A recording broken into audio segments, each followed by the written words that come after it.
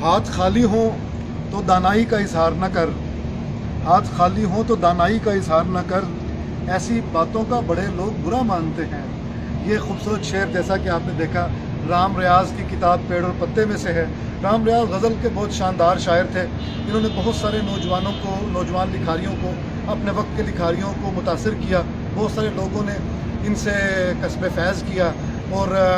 ان کے جو اشعار ہیں یہ اگرچہ کم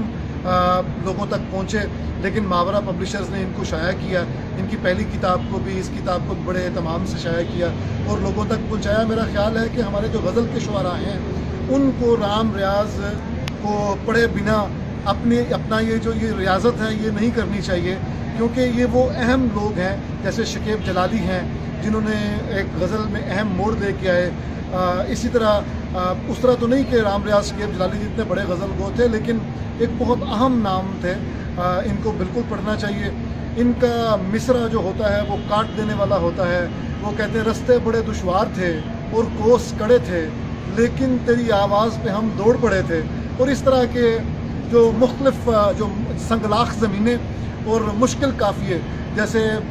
ہوا تھمی ہے تو کیسے گرے دھڑام سے لوگ، اب دھڑام کا لفظ اس طرح اردو شاعری میں لے کے آنا، اور وہ بھی غزل کے صنف میں، جس کے بارے میں یہ کہا جاتا ہے کہ یہ بہت نازک ہے،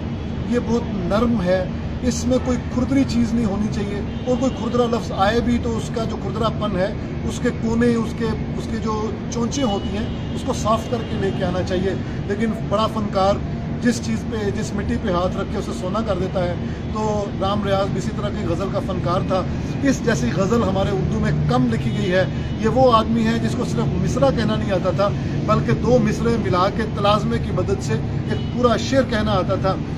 رام ریاض صاحب کے بے شمار اشعار ہمارے جو غزل کے شعراء ہیں ان کو زبانی یاد ہیں، وہ آپس میں سنتے سناتے ہیں۔ بدقسمتی یہ ہے کہ عوام الناس میں اس طرح سے ان کو پہنچایا نہیں گیا، ان کے اشعار پہنچے نہیں ہیں۔ یہ آج ایک چھوٹا سا جو لائف سکلز کے حوالے سے احمد حماد آپ کے ساتھ لائف سکل کے حوالے سے جو سیگمنٹ ہے کتابوں پر تبصرہ، اس کتاب کو آج منتخب کرنے کا مقصد بھی یہی تھا